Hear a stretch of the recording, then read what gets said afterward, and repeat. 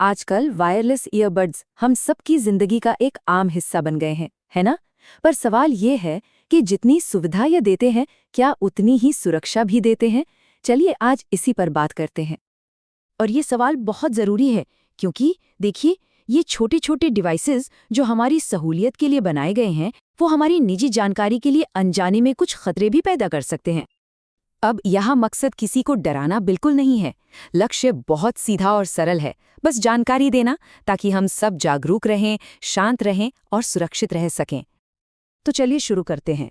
सबसे पहले ये समझना ज़रूरी है कि आखिर ये खतरे हैं क्या और ये कैसे काम करते हैं, तभी तो इनसे बचने का रास्ता समझ आएगा। इसे बेहतर ढंग से समझने के लिए हम इन जोखिमों को कह सकते हैं कि 4 हिस्सों में बांटकर देख सकते हैं। 4 मुख्य तरीके जिनसे हमारी प्राइवेसी पर असर पड़ सकता है। पहला है असुरक्षित कनेक्शन।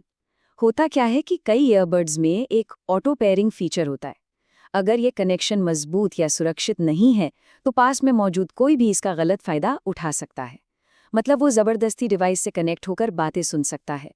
दूसरा तरीका है माइक एक्सेस का गलत इस्तेमाल। ये थोड़ा ध्यान से समझने वाली बात है। सोचिए, अगर किसी ऐप के पास माइक्रोफोन इस्तेमाल करने की परमिशन है, तो वो ऐप हमारे कनेक्टेड ईयरबड्स के जरिए चुपके से आसपास की सारी आवाज़ें रिकॉर्ड कर सकता है। और सबसे बड़ी बात, इसकी भनक तक नहीं लगेगी। तीसरा पॉइंट है फर्मवेयर की कमजोरियां। अच्छा, फर्मवेयर क्या है? इसे आप ईयरबड्स का अपना छोटा सा ऑपरेटिंग सिस्टम समझ लीजिए। अब कुछ सस्ते या गैर ब्रांडेड ईयरबड्स में ये सिस्टम बहुत कमजोर हो सकता है, बिल्कुल वैसे जैसे किसी घर का दरवाज़ा खुला छोड़ दिया गया हो। और हैकर्स इसी तरह की कमजोरियों की ताक में रहते हैं।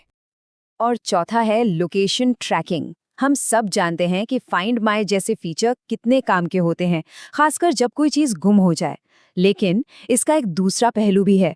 अगर यही ईयरबड्स किसी गलत इंसान के हाथ लग गए तो वो इसी फीचर का इस्तेमाल करके किसी की मूवमेंट्स को ट्रैक कर सकता है। और देखिए, ये सब बातें सिर्फ हवा में नहीं है। साल 2022 में रिसर्चर्स ने ये करके दिखाया था कि कैसे कुछ बदलाव करके ईयरबड्स के जरिए बातचीत को रिकॉर्ड किया जा सकता है और उसे दूर कहीं भेजा जा सकता है। तो ये कोई काल्पनिक खतरा नहीं है, बस हमें सावधान रहने की जरूरत है। ठीक है, तो अब जब हमने खतरों को समझ लिया है, तो सबसे ज़रूरी सवाल पर आते हैं। इनसे बचने के लिए क्या किया जा सकता है? हम अपनी सुरक्षा के लिए कौन से कदम उठा सकते हैं? सुरक्षित रहने के लिए कुछ बहुत ही आसान उपाय हैं जिन्हें हम सबको अपनाना चाहिए। सबसे पहला, हमेशा जाने पहचाने भरोसेमंद ब्रांड्स के ही ईयरबड्स खरीदें, जो समय समय पर सॉफ्टवेयर अपडेट देते हैं। दूसरा, अपने फ़ोन में चेक करें कि किन ऐप्स को माइक की परमिशन दी हुई है। जिन ऐप्स को इसकी ज़रूरत नहीं है, उनसे ये परमिशन हटा दें। तीसरा, जब इस्तेमाल न कर रहे हों तो ब्लूटूथ को बंद कर दें। चौथा, बैंक या किसी मीटिंग जैसी संवेदनशील जगहों पर इनके इस्तेमाल से बचें। और आखिरी, बीच बीच में अपनी ब्लूटूथ कनेक्शन हिस्ट्री पर भी एक नज़र डाल लें। बस ये एक मूल मंत्र याद रखना है। सावधान रहें, स्मार्ट तरीके से इस्तेमाल करें और सुरक्षित रहें। तो देखिए, आज की इस पूरी बातचीत का मतलब टेक्नोलॉजी से डरना नहीं है। इसका सिर्फ एक ही मकसद है, जानकारी रखना, एक जागरूक यूजर बनना।